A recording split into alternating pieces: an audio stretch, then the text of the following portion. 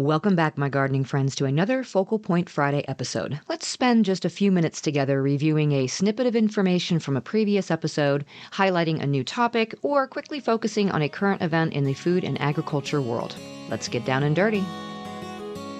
On Tuesday, we talked about getting started with planting cover crops in the garden, all the different benefits we can get and which ones are good for which goal.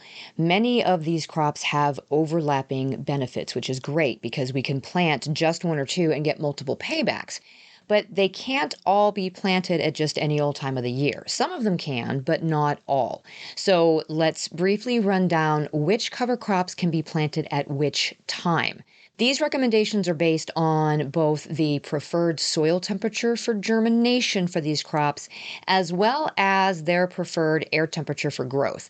So if you are at the extreme ends of the USDA hardiness zones, you might need to make some adjustments. So zones 1 through 3, maybe even 4, and zones 11 through 13, definitely, you need to pay attention to the temperatures more so than everybody else. For the rest of us, these can just kind of be generalized by saying spring, summer, or fall.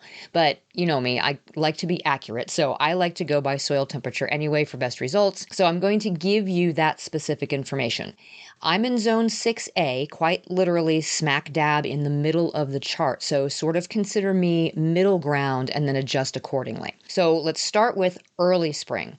We're looking at soil temperatures at around 38 degrees Fahrenheit or 3 Celsius and warmer for germination. This is very early in my area, like the first week in March. These are crops like barley, winter rye as a cover crop only, not for grain, and oats.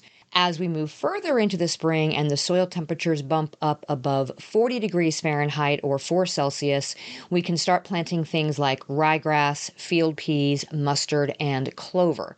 So if you're trying for an oat peas mix, this is when you want to plant that blend when it's warm enough for the peas. The oats can tolerate it a little bit colder, but the peas cannot. And then as the soil gets above 45 Fahrenheit or 7 Celsius, now we can start planting summer alfalfa and those daikon radishes.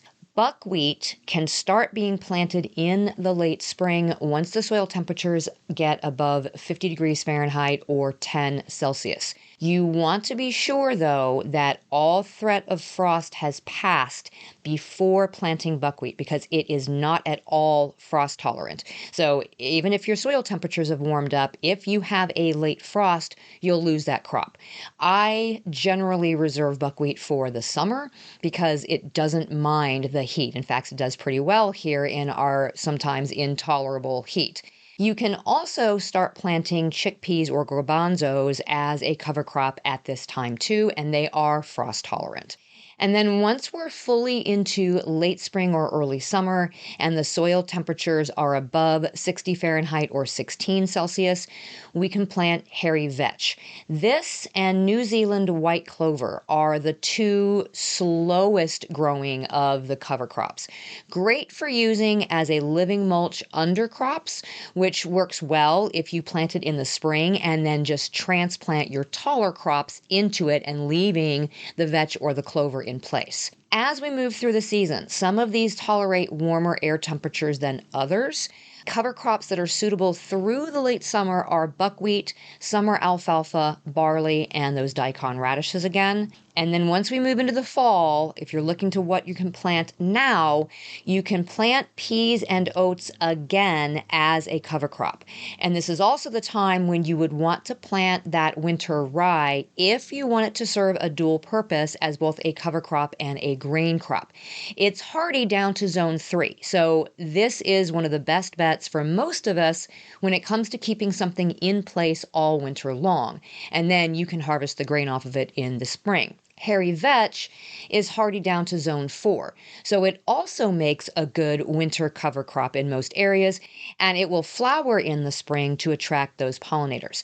I also plant daikon radishes in the early fall to overwinter when I want them to decompose into the soil in the spring to help with soil aeration and composition. So clovers, winter rye, and hairy vetch can basically be planted anytime the soil temperatures are warm enough for germination, so spring, summer, or fall. Thanks for joining me on this Focal Point Friday. I'll be back again on Tuesday for another regular episode of the Just Grow Something podcast. So until next time, my gardening friends, keep on cultivating that dream garden, and we'll talk again soon.